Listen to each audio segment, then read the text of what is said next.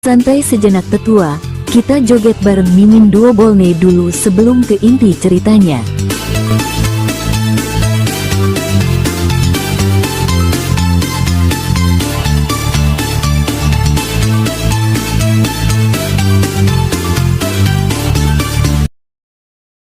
Mereka segera meninggalkan kediaman klan Macan Tutul Xianling, lalu melayang membelah badai pasir menuju kediaman klan Rubah Xianling.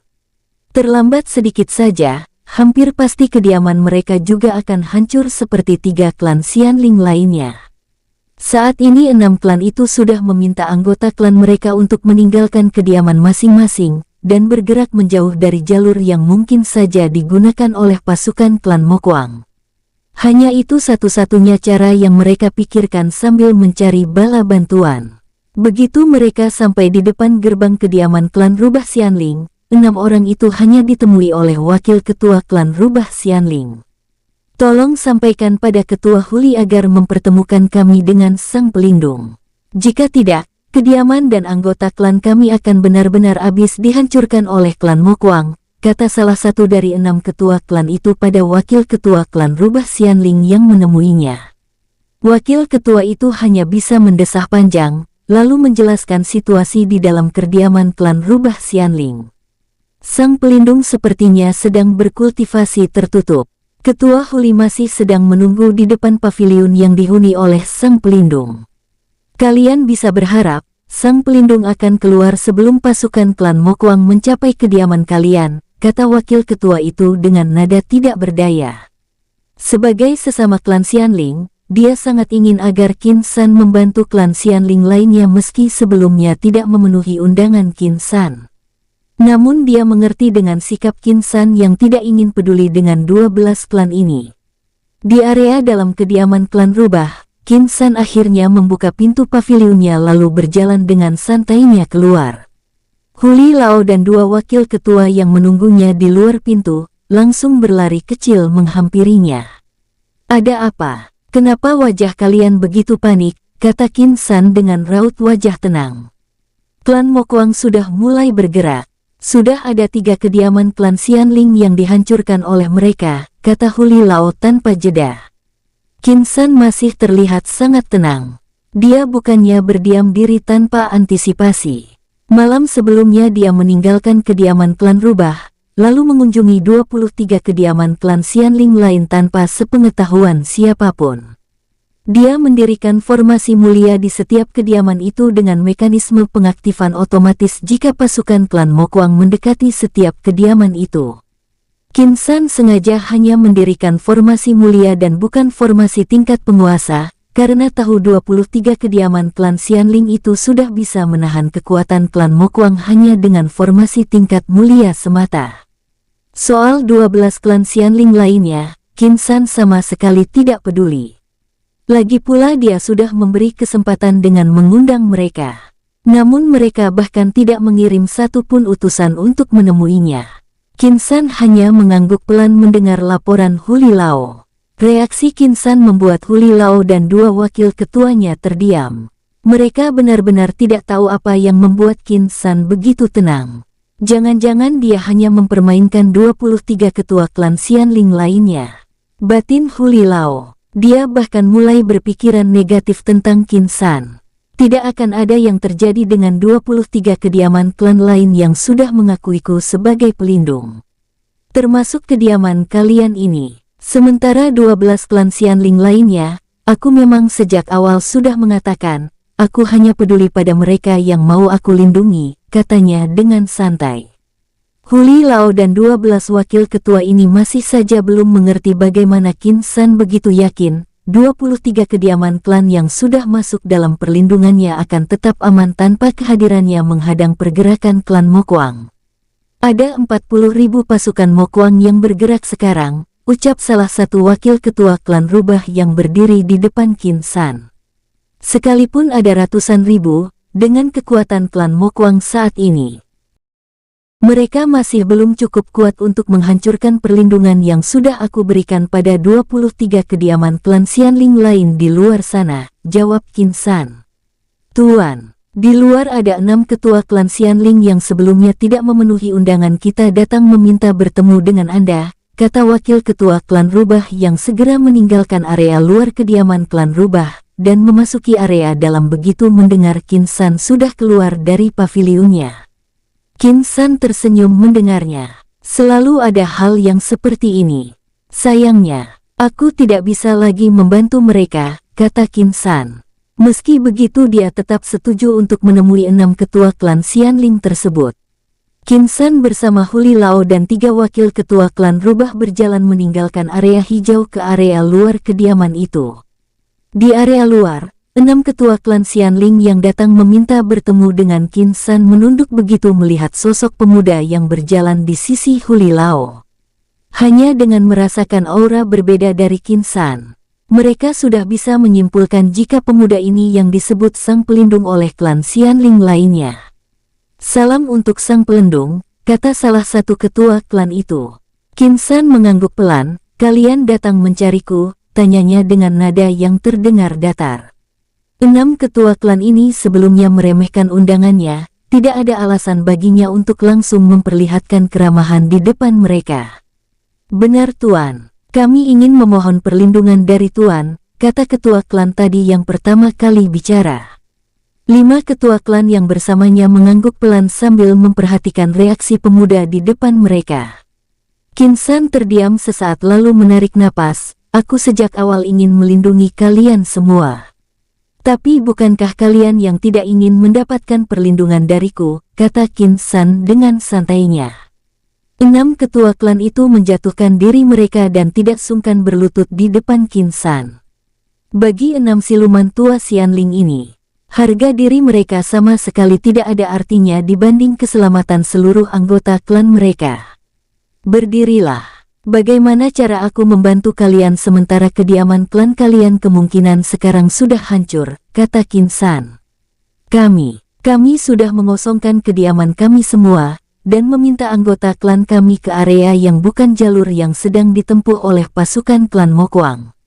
Kediaman kami memang mungkin sudah hancur, tapi masih ada anggota klan kami di luar sana yang menunggu perlindungan, kata ketua klan lainnya menjawab Qin San. Aku bisa melindungi kalian setelah ini. Kalian bisa kembali ke tempat anggota klan kalian masing-masing mengamankan diri. Tunggu kabar dari ketua Huli sebelum kalian kembali ke kediaman kalian yang hancur, kata Qin San. 6 ketua klan itu mengangguk lega mendengar persetujuan Qin San untuk melindungi mereka. Saat 6 orang itu berbalik pergi, Qin San menyipit saat tanda jiwa yang dia tanamkan di formasi yang dia dirikan di sekitar kediaman klan Macan Tutul mulai beraksi. Ketua Huli, aku akan pergi ke kediaman klan Macan Tutul. Pasukan klan Mokuang sepertinya sudah sampai di sana, kata Qin San. Saat Qin San akan pergi meninggalkan tempat itu, Huli Lao tiba-tiba menahan Qin San. Tuan, apa kami perlu mengerahkan pasukan untuk menyusul Anda? Tanyanya. Kamu bisa mengirim pasukanmu ke sana juga bisa tetap tinggal di sini, kata Qin San dengan santainya lalu mulai menghilang dari hadapan siluman rubah tua itu. Sus, wus. Apa sang pelindung sangat yakin bisa menghadapi pasukan klan Mokuang sebanyak itu? Kata salah satu wakil ketua klan rubah begitu Qin San sudah pergi. Huli Lao mendesah mendengar komentar wakil ketuanya itu lalu membuka mulutnya.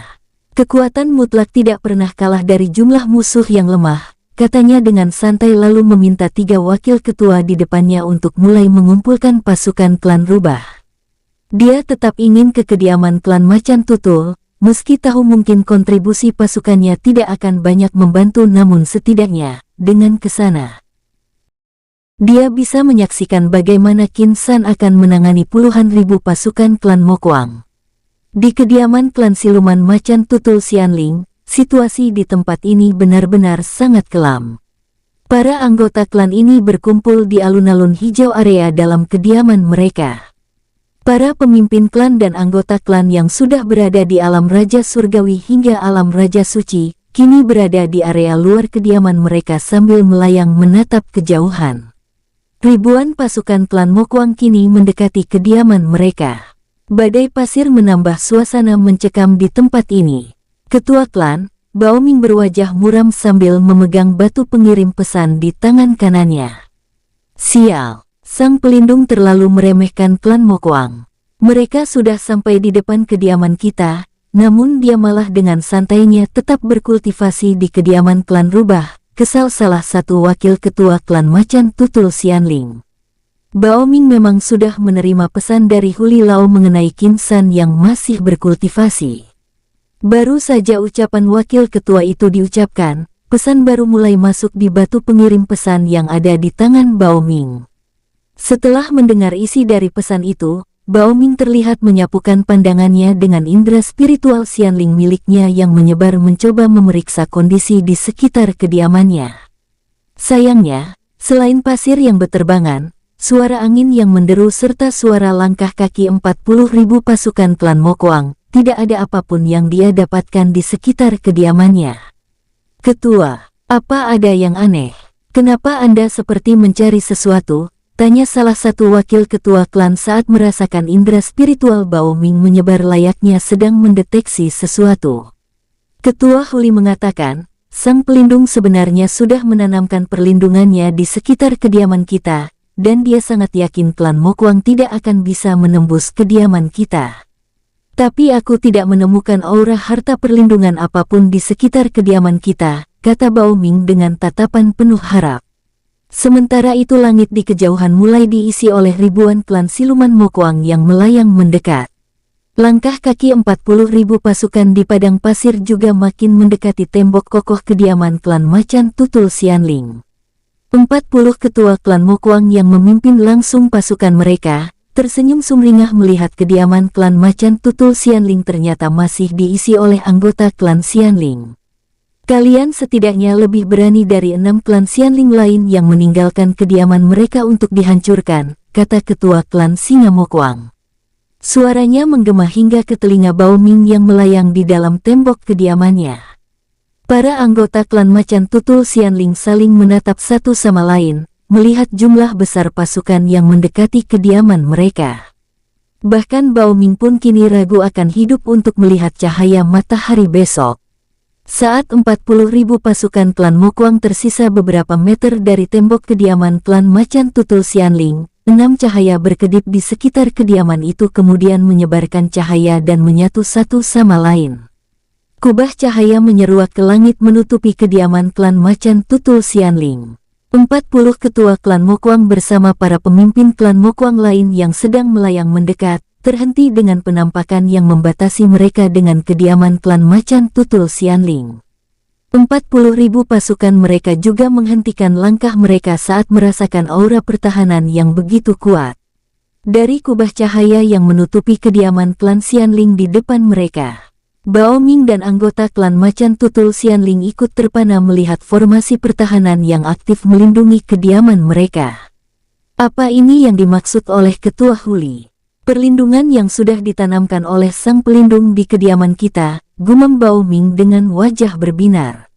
Tadinya dia mulai dihinggapi rasa ragu mengenai kebenaran setiap janji yang pernah dilontarkan Qin San padanya. Hahaha. Jadi sang pelindung bahkan sudah menanamkan formasi pertahanan di kediaman kita tanpa kita ketahui. Dari auranya formasi ini sangat kuat, bahkan mungkin kekuatan ketua dan para ketua klan Mokuang itu tidak akan bisa meruntuhkan formasi ini dengan mudah, kata wakil ketua yang tadi meragukan Qin San karena ketidakhadirannya di situasi sulit seperti ini. 40.000 pasukan klan siluman Mokuang bersama 40 ketua klan Mokuang kini bersatu padu menyerang formasi pertahanan tingkat mulia yang sudah aktif otomatis. Meski dengan kekuatan penuh mereka, formasi tingkat mulia milik Qin San itu masih berdiri kokoh melindungi kediaman klan Macan Tutul Xianling. Di dalam kubah cahaya, Bao Ming dan para anggota klannya bersorak melihat pertahanan yang dibangun pemuda yang mereka sebut sang pelindung itu, tak bisa sedikit pun ditembus oleh pasukan klan Mokuang. Jangankan diruntuhkan, 40.000 pasukan itu bahkan tidak bisa membuat sedikit pun retakan pada formasi itu. Di ketinggian ekstrim, Qin San sudah muncul di langit kediaman klan Macan Tutul. Bibir atasnya terangkat saat merasakan dengan persepsinya formasi tingkat mulia miliknya masih terlalu kokoh untuk pasukan klan Mokuang ini.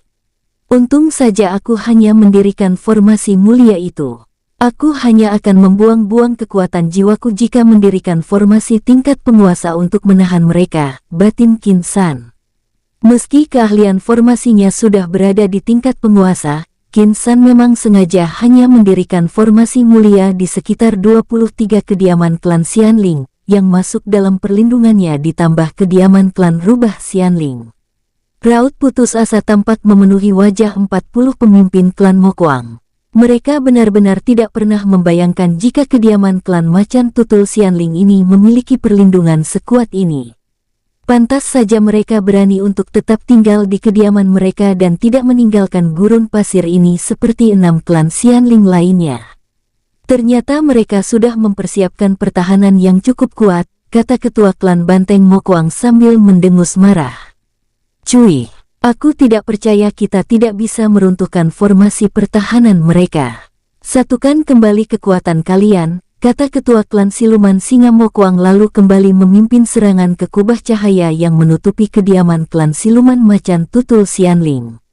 Ledakan menggema di area itu, saat serangan 40.000 lebih pasukan klan siluman Mokuang itu menghantam kubah cahaya dari formasi pertahanan yang melindungi kediaman klan Macan Tutul Xianling. Ketua Emo, sebaiknya kita menyisakan kediaman klan Macan Tutul Xianling ini lebih dulu dan menargetkan kediaman klan Xianling yang lain.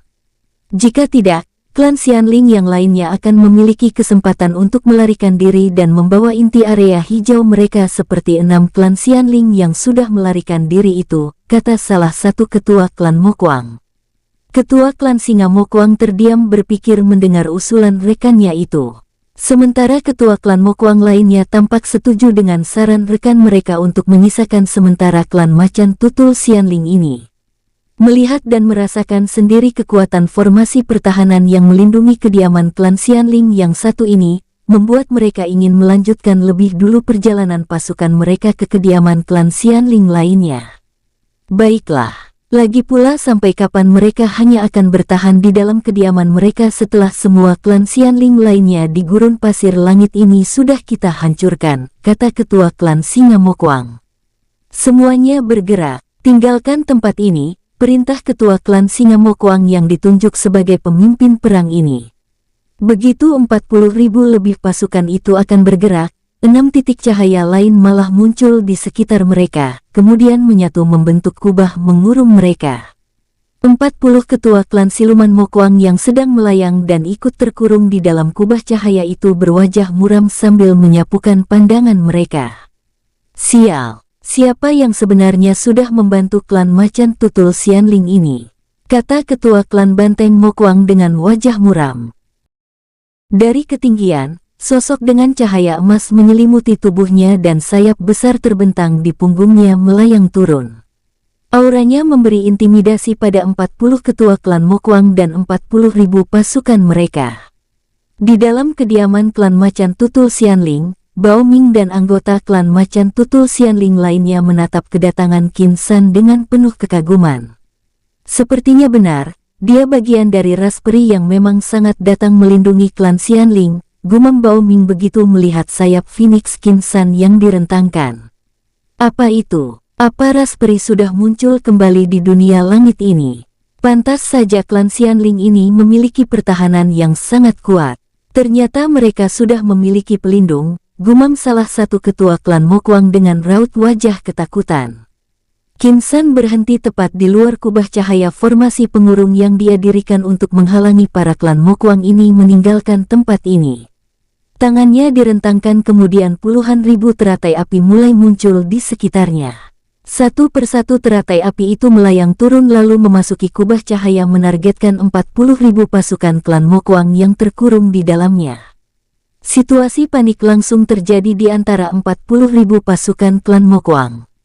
Jangankan para pasukan siluman Mokuang yang hanya berada di alam roh ke bawah. Bahkan mereka yang berada di tingkatan penguatan tubuh hingga Raja Roh sekalipun kini berwajah pucat mendongak menatap teratai api yang mulai menghujani mereka. Kita semua akan mati di sini. Hanya dengan sekali serangan, daya hancur yang dibawa teratai api miliknya bahkan begitu menyesakkan dada, gumam ketua klan siluman Banteng Mokuang. Suhu di dalam formasi pembatas it meningkat drastis begitu teratai-teratai api milik Qin San makin meluncur turun. Para siluman Mokuang ini masih beruntung dua api surgawi, api ungu dan api biru di pusat energi Qin San masih tertidur pulas sampai sekarang. Jika tidak, hanya dengan energi api biru saja, mereka mungkin sekarang akan menjerit kepanasan. Jangan diam saja. Kita harus menghancurkan teratai-teratai api itu sebelum mencari pasukan kita, teriak ketua klan siluman Singa Mokuang. 39 ketua klan lainnya bersama para pemimpin klan Mokuang lainnya, yang masih melayang mulai mengalirkan energi mereka dengan hebat lalu melepaskan serangan ke arah atas. Para pemimpin siluman Mokuang ini berharap serangan mereka bisa menghancurkan puluhan ribu teratai api itu sebelum meledak dan mencapai area mereka melayang serta area pasukan mereka yang ada di daratan. Duar, duar, ledakan membahana terdengar luas di gurun pasir itu. Di kejauhan, ribuan pasukan klan Xianling dan 23 klan lain yang sudah masuk dalam perlindungan Qin San juga terlihat mulai mendekati area itu. Selain klan rubah, 22 klan Xianling lainnya juga penasaran apa yang akan dilakukan pemuda yang mereka sebut sang pelindung itu pada puluhan ribu pasukan klan Mokuang. Huli Lao dan 22 ketua klan Xianling lainnya kini melayang mendekat dengan tatapan penuh kekaguman melihat situasi di depan mereka. Sang pelindung mengurung puluhan ribu pasukan klan Mokuang dan menghujani serangan sendiri. Dia benar-benar sangat kuat. Sepertinya kita benar-benar beruntung mendapatkan pelindung seperti ini, gumam salah satu ketua klan Xianling yang baru datang itu. Di dalam formasi pengurung, serangan para ketua dan pemimpin klan Mokuang lainnya tidak mampu menghancurkan semua teratai api yang dilepaskan Qin San. 40.000 pasukan mereka juga mulai ikut menyerang ke atas, namun hasilnya sama saja. Satu persatu teratai api itu akhirnya meledak di sekitar tempat para siluman Mokuang itu melayang dan berdiri. Asap hitam memenuhi area itu setelah puluhan ribu teratai api milik Qin San meledak di dalam formasi pengurung. Kabut asap menutupi pandangan mata fana para anggota klan Xianling yang sudah menonton dari luar. Meski begitu mereka masih bisa merasakan penderitaan para siluman klan Mokuang di dalam formasi itu, dengan mendengar jeritan kesakitan dari mereka.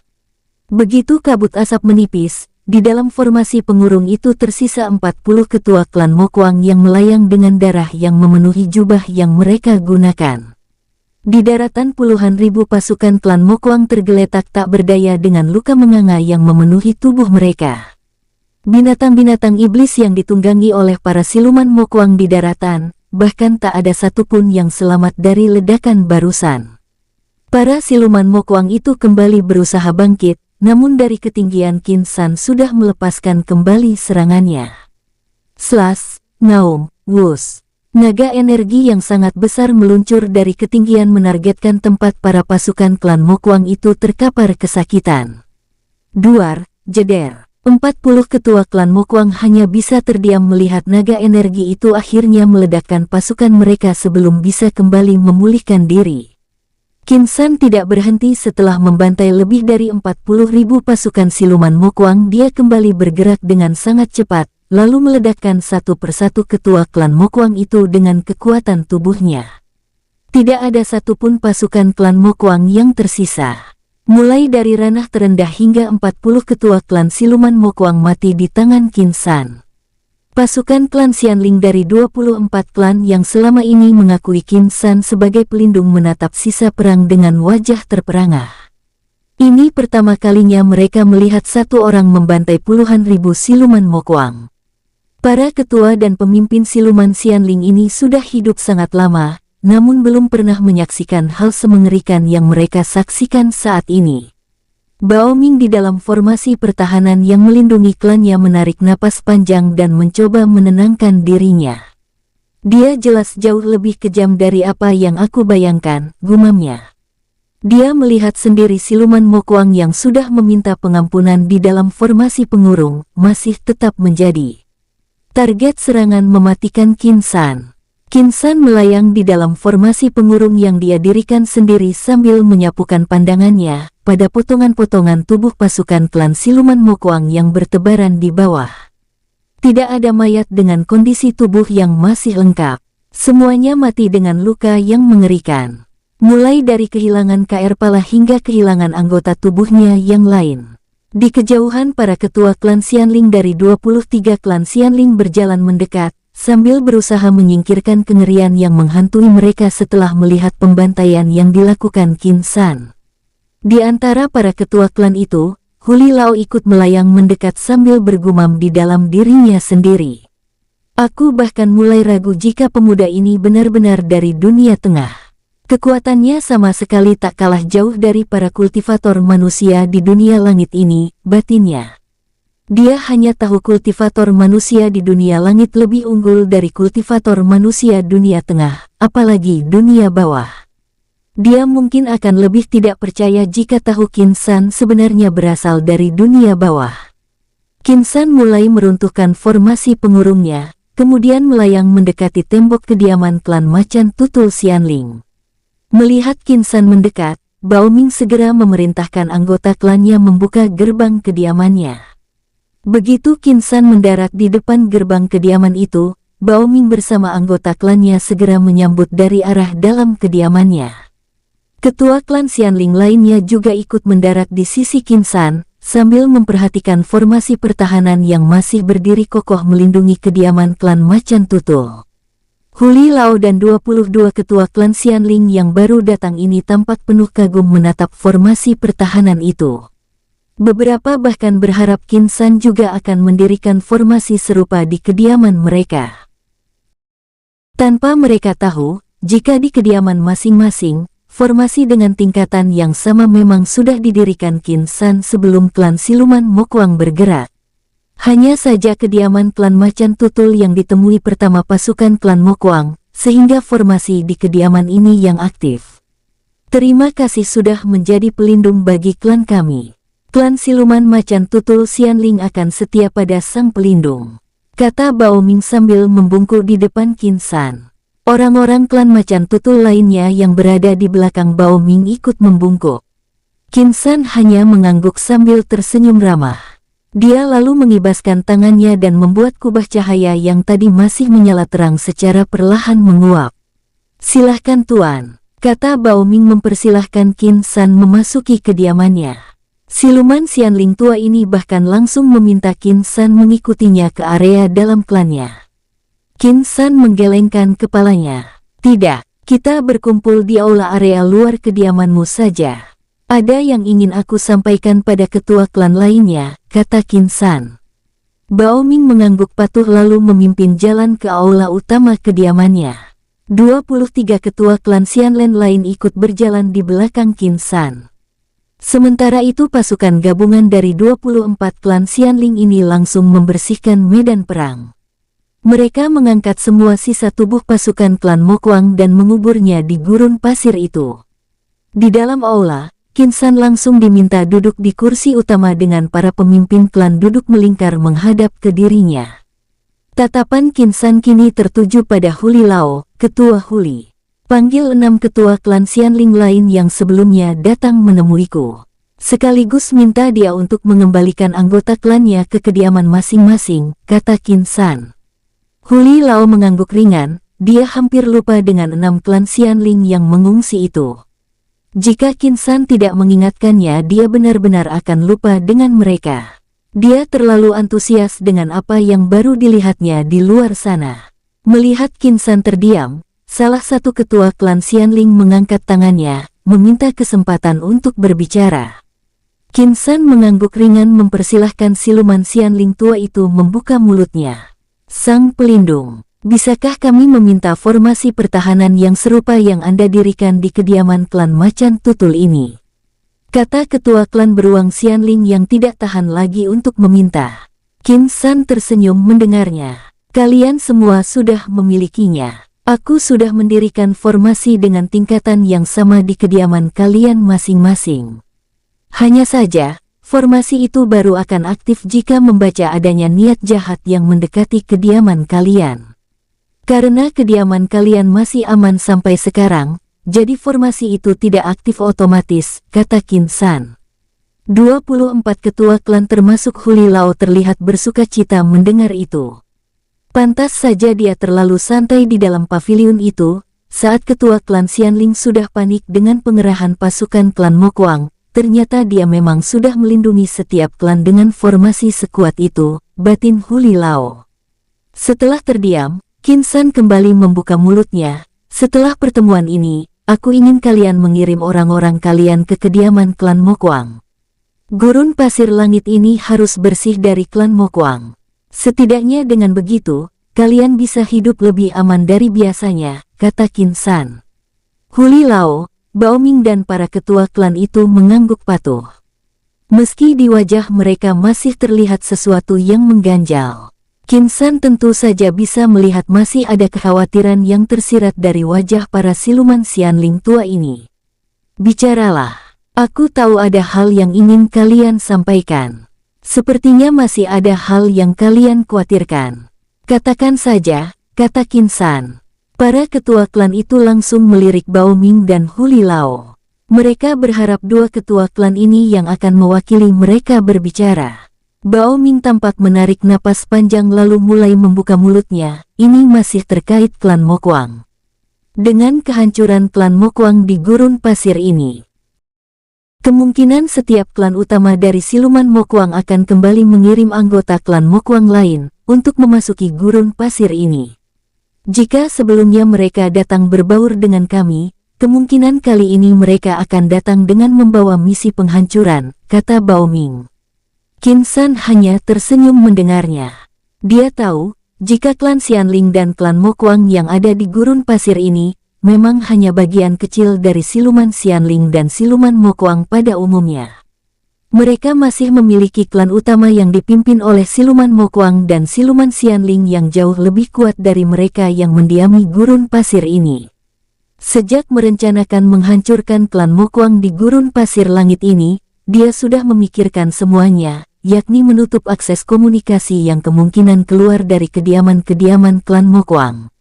Saat dia keluar dan mendirikan formasi di 24 kediaman klan Xianling, dia juga mengunjungi 40 kediaman klan Xianling untuk memasang formasi pembatas yang kasat mata. Hal itu membuat orang-orang klan Mokuang yang saat ini masih hidup tidak akan mungkin bisa mengirimkan pesan keluar dari gurun pasir ini.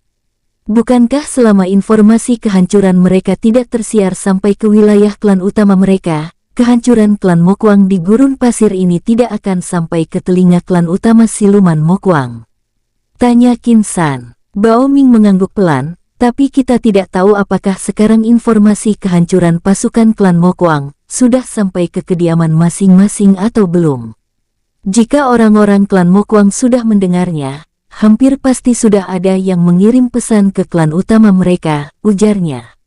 Selama mereka hanya mencoba mengirim pesan melalui kediaman mereka saat ini, maka aku bisa memastikan tidak akan ada pesan yang akan sampai di wilayah klan utama mereka, kata Qin San dengan penuh keyakinan.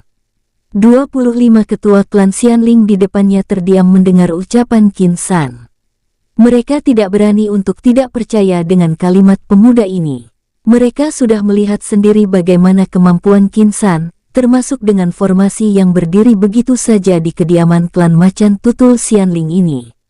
Tidak berselang lama, 6 ketua klan Xianling yang sebelumnya menemui Qin San di kediaman klan Rubah, juga mulai bergabung di dalam aula utama klan macan tutul Xianling. Keenam orang itu menyapukan pandangannya melihat 25 ketua klan yang sudah berkumpul di dalam aula.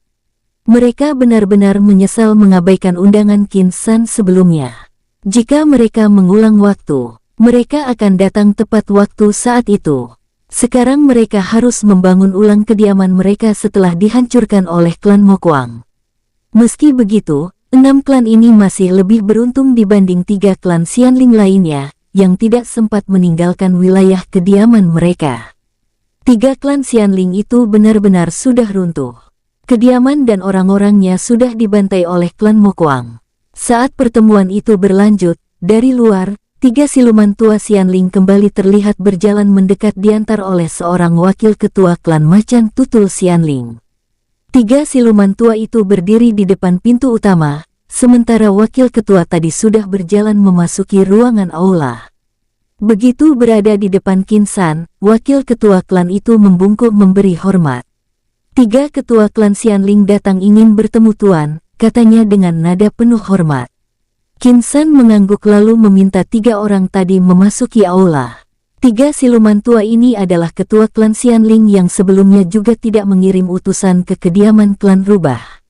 Mereka cukup beruntung, karena meski tidak mendapat perlindungan dari Qin San, kediaman dan orang-orang mereka masih aman dari sentuhan klan Mokuang. Andai klan Mokuang meninggalkan klan Macan Tutul sebelum Qin San menghancurkan mereka, maka 3 klan ini juga akan hancur seperti 3 klan lainnya. Pembicaraan itu berlanjut dalam suasana serius, hingga Qin San mulai berjalan meninggalkan aula tadi. Klan Xianling juga mulai mengirim pasukan untuk menyisir kediaman 40 klan Mokuang. Perintah Qin San jelas untuk tidak menyisakan satupun anggota klan Mokuang. Pembantaian pun terjadi di 40 kediaman klan Mokuang. Tidak ada satupun yang dibiarkan pergi meninggalkan kediaman mereka. Setelah membunuh semua anggota klan Mokuang, klan Xianling lalu membakar semua kediaman klan Mokuang hingga tak tersisa satupun. Di bukit pasir yang berada cukup jauh dari kediaman klan-klan Xianling, Qin San berdiri menatap asap yang mengepul dari beberapa arah. Sepertinya aku harus meminta sebagian klan Xianling ini untuk memindahkan kediaman mereka. Utamanya yang memiliki kediaman yang cukup jauh dari yang lainnya. Dengan begitu aku bisa membuatkan formasi besar untuk melindungi mereka, batin Qin San. Dia tidak ingin berada lebih lama di tempat ini. Namun sebelum memanfaatkan klan Xianling untuk membawanya masuk ke kawasan perlindungan Istana Langit, Qin San ingin membuat klan Xianling benar-benar merasa aman. Hanya dengan begitu, para klan Xianling ini akan benar-benar mengikuti semua pengaturannya. Meski 33 klan Xianling di gurun pasir yang tersisa saat ini sudah menganggapnya sang pelindung, namun Qin San sama sekali tidak percaya mereka 100%. Hubungan dirinya dengan para klan Xianling ini baru terbangun sesaat. Qin San tidak pernah berharap loyalitas penuh dari hubungan singkat semacam ini. Dia hanya berharap dengan memberikan rasa aman pada 33 klan Xianling ini, mereka akan tetap setia mengikuti semua pengaturannya. Aku harus memasuki wilayah Istana Langit sebelum dalam waktu dekat. Alam liar ini benar-benar tidak bisa ditebak. Aku sama sekali tidak memiliki gambaran mengenai alam liar ini. Akan jadi masalah jika aku berkelana di alam liar dengan kekuatanku yang masih seperti ini, batinnya. Meski tidak ingin memasuki alam liar lebih dalam, Qin San juga tidak ingin terburu-buru memasuki wilayah Istana Langit. Aku sebaiknya mencari tempat aman di alam liar ini untuk menerobos ke ranah Kaisar. Sebelum benar-benar masuki wilayah Istana Langit. Jika aku menerobos di wilayah Istana Langit, aku hanya akan menarik perhatian Zhang Bingji dengan cepat, batinnya. Walaupun wilayah ras manusia yang masuk dalam perlindungan formasi besar Istana Langit sangatlah luas, namun tetap saja wilayah itu di bawah kontrol Istana Langit. Qin San yakin Zhang Bingji memiliki orang di setiap wilayah di dalam kawasan itu. Dia tidak ingin ceroboh dengan melakukan terobosan ke alam Kaisar di dalam wilayah mereka. Terobosannya kali ini bukan sesuatu yang biasa. Dia ingin langsung menerobos ke alam Kaisar. Sesuatu yang hampir pasti akan mengundang amarah langit yang begitu dahsyat. Sepertinya berada di alam liar dan menerobos di alam liar memang jauh lebih bagus dibanding di dalam wilayah perlindungan Istana Langit, batinnya. Usai memikirkannya, dia mulai meninggalkan tempatnya berdiri tadi lalu melayang ke arah kediaman klan rubah Xianling. Dia ingin menyelesaikan semua rencananya yang melibatkan klan Xianling, sebelum benar-benar meninggalkan gurun pasir ini untuk mencari tempat aman untuk berkultivasi. Sepekan berlalu setelah pembantaian klan Mokuang, klan Xianling dengan jarak kediaman yang cukup jauh dari kediaman lainnya, mulai bergerak membangun kediaman baru di area-area yang sudah ditunjuk oleh Qin San. 33 klan Xianling tampak saling bahu-membahu membangun kediaman baru bagi klan yang harus memindahkan lokasi kediaman mereka. Sesuatu yang tidak pernah terjadi selama ini. Bahkan dalam ribuan tahun sejak ras peri masih memberikan perlindungan penuh pada mereka, para klan Xianling tidak pernah bahu-membahu membangun kediaman klan lain seperti ini. Di kediaman klan rubah, Qin San tampak sedang duduk bertiga dengan Huli Lao dan Huli Gongsu. Qin San sedang meminta gambaran dari dua siluman rubah ini mengenai kawasan alam liar di luar gurun pasir ini. Kak Qin, memangnya kamu ingin berkelana sampai mencari tahu pemetaan wilayah di alam liar ini? Tanya Huli Gongsu. Gadis rubah memang lebih leluasa berbicara dengan Qin San dibanding ayahnya. Berbeda dengan Huli Gongsu, Huli Hao masih sangat segan untuk sembarang berbicara di depan Qin San. Sementara Huli Gongsu benar-benar memperlakukan Qin San seperti temannya. Hal itu membuatnya sangat bebas menanyakan apapun pada Qin San. Aku hanya ingin melihat suasana baru di alam liar. Kamu tahu sendiri asal-usulku. Aku harus banyak mengeksplor tempat baru ini untuk lebih memahaminya, kata Qin San dengan senyuman ramah. Dia tidak mungkin mengatakan jika dia sedang mencari tempat aman untuk berkultivasi. Di sisi lain, di area hutan belantara dengan pohon-pohon besar, Qin Baihu tampak sedang berjalan di antara batang pohon yang 2 kali lebih besar dari pohon-pohon besar yang pernah dia lihat di dunia tengah dan dunia bawah. Dunia spiritual ini memang sedikit berbeda. Pohon-pohon di sini bahkan 2 kali jauh lebih besar dibanding pohon-pohon yang ada di dunia tengah dan dunia bawah.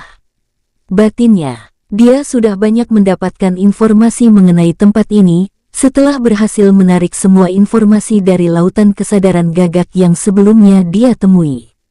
Pandangan dan instingnya menajam sambil terus berjalan. Seharusnya Jinlong juga terlempar ke dunia spiritual ini. Bagaimanapun aku yakin dia juga memiliki garis asal dari dunia ini dibanding dunia langit, gumam Qin Baihu sambil terus berjalan dalam wujud manusianya. Meski informasi dari lautan kesadaran gagak yang ditundukkan sebelumnya tidak secara eksplisit, menggambarkan perbedaan dimensi dunia yang dia tempati saat ini dengan dunia langit. Namun dengan pengetahuan terbatas gagak itu mengenai istana langit, dunia tengah dan dunia bawah, membuat Qin Baihu sangat yakin dunia spiritual ini sebenarnya dunia berbeda di luar dimensi dunia langit, dunia tengah dan dunia bawah. Qin Baihu terus melangkah hingga keningnya mengernyit saat merasakan adanya tatapan membunuh berasal dari ketinggian pohon yang ada di sisi selatan. Ada yang mengincarku, monyet tingkat agung. Tidak tahu diri, gumamnya saat melihat seekor monyet besar dengan bulu merah sedang bergelantungan di tangkai besar pohon sambil menatap jahat ke arahnya. Bukan hanya satu tapi ada lebih dari 10 monyet tingkat agung yang kini muncul sambil mengamatinya. Pemimpin para monyet spiritual yang berada di tingkat agung tahap puncak merubah wujudnya menjadi manusia menyerupai wujud Qin Baihu lalu melompat turun dari pohon tadi. Lebih 10 monyet agung lainnya ikut berubah wujud menjadi manusia lalu mendarat di sisi pemimpinnya. Sambil mengendus dengan suara yang keras, monyet spiritual yang sudah berubah wujud menjadi pria paruh baya tadi tertawa keras. Bau-bau harimau, sepertinya kamu sedang salah jalan, ujarnya. Qin Baihu tersenyum santai mendengarnya. Hidungmu ternyata masih berfungsi dengan baik meski berwujud manusia. Karena sudah tahu maka sebaiknya kamu pergi. Aku benar-benar sedang malas berurusan dengan monyet lemah seperti kalian, kata Qin Baihu. Monyet agung tahap puncak di depannya malah tertawa keras mendengar ucapan Qin Baihu. Sejak kehancuran Istana Angin Barat, para harimau sepertimu tidak pantas berkata sombong di depan kami klan monyet. Kalian memang pernah berdiri di salah satu puncak di dunia spiritual ini tapi itu hanya karena satu harimau, penguasa Angin Barat. Sejak dia menghilang, kalian klan harimau tidak lagi pantas untuk ditakuti seperti dulu, kata monyet itu. Qin Baihu menyipit mendengar ucapan monyet ini. Menyinggung Istana Angin Barat langsung membangkitkan minat Qin Baihu pada monyet merah ini. Sudah sangat lama aku tidak menghajar monyet sepertimu. Aku akan menghajarmu hingga lidahmu tak bisa lagi menjilat bokongmu, kata Qin Baihu. Usai mengatakan itu, wujud harimau putih besar kini muncul di depan para kumpulan monyet agung itu. Wajah monyet agung itu berubah sesaat sebelum kembali bisa menenangkan diri, malah tertawa keras mendengar ucapan Qin Baihu. sejak kehancuran Istana Angin Barat, para harimau sepertimu tidak pantas berkata sombong di depan kami klan monyet. Kalian memang pernah berdiri di salah satu puncak di dunia spiritual ini, tapi itu hanya karena satu harimau, penguasa Angin Barat. Sejak dia menghilang, kalian klan harimau tidak lagi pantas untuk ditakuti seperti dulu, kata monyet itu. Qin Baihu menyipit mendengar ucapan monyet ini. Menyinggung Istana Angin Barat langsung membangkitkan minat Qin Baihu pada monyet merah ini. Sudah sangat lama aku tidak menghajar monyet sepertimu. Aku akan menghajarmu hingga lidahmu tak bisa lagi menjilat bokongmu, kata Qin Baihu. Usai mengatakan itu, wujud harimau putih besar kini muncul di depan para kumpulan monyet agung itu. Wajah monyet agung itu berubah sesaat sebelum kembali bisa menenangkan diri. Ngaum, awo, cukurukuk, kugeruk, empuk jeru. Auman Qin Baihu seperti petir yang menusuk ke telinga para monyet agung. Lebih dari 10 monyet spiritual tingkat agung tadi langsung berubah ke wujud asli mereka saat melihat Qin Baihu bersiap menerkam ke arah mereka. Harimau putih, dulu kamu mungkin akan sangat ditakuti, tapi sekarang, bahkan yang bersayap sekalipun seperti penguasa Angin Barat harus menghilang dengan situasi sekarang di dunia spiritual, kata pemimpin para monyet itu bersiap menghadapi Qin Baihu. Keterbatasan para monyet itu untuk merasakan tingkatan Qin Baihu membuat mereka masih berani berdiri tegak. Andai mereka tahu binatang spiritual yang mereka usik adalah binatang spiritual tingkat kaisar, mereka mungkin akan mulai melompat ke pepohonan lalu melarikan diri. Qin Baihu hanya mendengus mendengar ucapan pemimpin monyet tadi lalu mulai melompat tinggi dengan cakar yang terbuka. 3 monyet tingkat agung mencoba menghadang gerakan Qin Baihu. 3 monyet itu dengan wajah meremehkan bahkan menggunakan tangan mereka untuk menepis cakar Qin Baihu. Monyet bodoh, akan kubuat tangan kalian tidak bisa lagi digunakan untuk menggaruk kepala kalian yang kosong itu, sembur Qin Baihu lalu mulai mengibaskan cakarnya ke tangan 3 monyet tadi. Srek, serik, hanya dengan satu kibasan, 6 pasang tangan terlempar ke tanah dengan suara jeritan kesakitan yang menggema membuyarkan kesunyian hutan itu. Tanpa menunggu gerakan rekan para monyet tadi, Qin Baihu sudah menginjak tubuh 3 monyet tadi dengan 4 kakinya. Duar, jeder. 1 kali hentakan kakinya langsung menghancurkan tubuh 3 monyet agung tahap awal tadi menjadi serpihan daging kecil. Pemimpin monyet spiritual tadi mengernyit melihat 3 anggota elit koloninya mati hanya dengan 1 serangan harimau putih ini.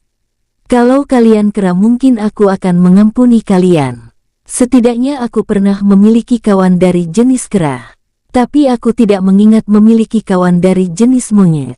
Tapi kalian masih bisa menjadi kera dengan memotong sendiri ekor kalian. Mungkin dengan begitu aku hanya akan menghajar kalian tanpa harus membunuh kalian semua, kata Qin Baihu sambil menyengir, meremehkan. Pemimpin dari monyet agung itu tampak sangat marah mendengar ucapan Qin Baihu. Monyet dan kera memang memiliki kemiripan, bahkan sebagian orang mengkategorikannya sama. Tapi pada dasarnya mereka 2 jenis yang berbeda. Perbedaan paling mencolok adalah pada bagian ekornya. Monyet memiliki ekor yang panjang dan kera tidak memiliki ekor. Energi meluap dari pil inti pemimpin dari monyet agung tadi, kemudian bergerak ke arah Qin Baihu dengan tinju terkepal. Slash, swoosh. Lebih dari 10 anggotanya juga melakukan hal yang sama bersiap menghancurkan Qin Baihu yang berdiri diam sambil melemparkan tatapan provokasi. Qin Baihu hanya mendengus melihat serangan bersama para monyet ini. Begitu mereka makin dekat, sayap di punggungnya tiba-tiba muncul begitu saja. Wung, wus. Pemimpin monyet tadi terpaku di tempatnya, sementara lebih dari 10 anggotanya langsung gemetar hebat melihat sayap di tubuh harimau putih di depannya. Tidak mungkin, bukankah penguasa Angin Barat sudah mati? Kenapa bisa muncul di hutan pinggiran ini? Kata pemimpin monyet agung itu dengan wajah muram. Begitu mereka akan bergerak mundur dan melarikan diri, Qin Baihu sudah bergerak dengan sayapnya. Swoosh, duar-duar. 1 kali gerakan dengan sayap yang terbentang, Qin Baihu membunuh lebih dari 10 monyet agung tadi. Dia berhenti tepat di depan pemimpin monyet agung itu. Monyet agung tahap puncak yang sejak tadi sangat sombong, langsung menjatuhkan tubuhnya bersujud di depan Qin Baihu. Maafkan aku yang mulia, aku hanyalah penghuni hutan pinggiran yang tidak layak mati di tanganmu. Tolong ampuni aku, katanya. Dia bahkan tidak berani mengangkat kepalanya. Qin Baihu menyipit mendengar monyet dengan bulu merah ini memanggilnya yang mulia. Monyet ini adalah binatang spiritual kedua yang mengira dia adalah penguasa angin barat. Sepertinya kamu banyak tahu atas penyerangan ke istanaku, sekarang buka mulutmu dan ceritakan apa yang kamu tahu. Sejak tadi kamu selalu saja mengungkit hal itu, kata Qin Baihu. Dia bahkan dengan sengaja pura-pura menjadi penguasa angin barat untuk memaksa monyet itu bercerita. Meski dia bisa merebut kesadaran monyet ini dengan kekuatan jiwanya, namun Qin Baihu benar-benar merasa energinya terserap banyak saat menggunakan kekuatan jiwanya. Akan lebih baik jika membiarkan monyet ini berbicara dengan sendirinya. Aku hanya mendengar dari pemimpin klan monyet saat pertemuan besar pasca runtuhnya istana penguasa angin barat, kata monyet agung itu dengan tubuh gemetar. Apa yang kamu dengar dari pemimpin klanmu itu?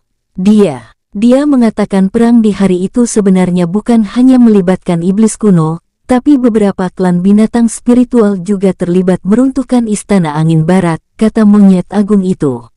Dia tidak berani berbohong sedikitpun. Apalagi dia benar-benar mengira harimau putih yang berdiri di depannya adalah penguasa angin barat. Harimau putih yang selama ini disebut oleh para penduduk dunia spiritual ini sebagai Baidi atau Dewa Putih. Hal itu merujuk dari kemampuan penguasa angin barat yang dianggap setara dengan ras dewa. Qin Baihu mengernyit mendengarnya. Ceritakan lagi apa yang dia katakan padamu, kata Qin Baihu mengorek informasi dari mulut monyet agung itu. Yang mulia, apa kamu akan melepaskanku jika aku mengatakan semuanya, tanya monyet agung itu. Dia mulai berani membuat kesepakatan untuk keselamatannya. Qin Baihu malah menyipit mendengarnya. Apa kamu pikir aku tidak bisa tahu semua isi kepalamu, meski kamu berusaha membohongiku dan tidak ingin mengatakan apapun? Tanpa kamu berbicara, aku bisa mendapatkan semua yang kamu ketahui, kata Qin Baihu. Dia merasa monyet itu jelas jauh lebih banyak tahu mengenai penguasa angin barat dibanding Gagak yang sebelumnya dia temui. Tidak ada salahnya menguras energi untuk tahu banyak mengenai penguasa angin barat, batinnya, lalu mulai melepaskan kekuatan jiwanya. Sus, wus. Monyet agung itu melotot merasakan kekuatan besar sedang berusaha menerobos lautan kesadarannya. Saat dia akan melawan, kaki Qin Baihu sudah menginjak kepalanya. Jangan melawan atau aku akan membuat kepalamu meledak sekarang juga, kata Qin Baihu. Nadanya terdengar datar. Namun monyet spiritual itu merasa seperti sedang mendengar suara pencabut nyawa di telinganya. Monyet spiritual itu hanya bisa pasrah membuka lautan kesadarannya, dan membiarkan kekuatan jiwa Qin Baihu menerobos pertahanannya. Setelah menyerap semua informasi yang terdapat di lautan kesadaran monyet agung itu, Qin Baihu menarik kembali kekuatan jiwanya, lalu meledakkan kepala monyet itu. Sus, duar. Dari informasi yang dia dapatkan di lautan kesadaran monyet tadi, sangat jelas jika monyet ini begitu benci dengan penguasa angin barat. Tidak ada gunanya membiarkannya hidup. Monyet itu bisa-bisa akan mencelakainya di kemudian hari jika dibiarkan tetap hidup. Usai membunuh monyet tadi, Qin Baihu berubah wujud kembali menjadi manusia, lalu mulai melayang meninggalkan tempat itu. Sus, wus.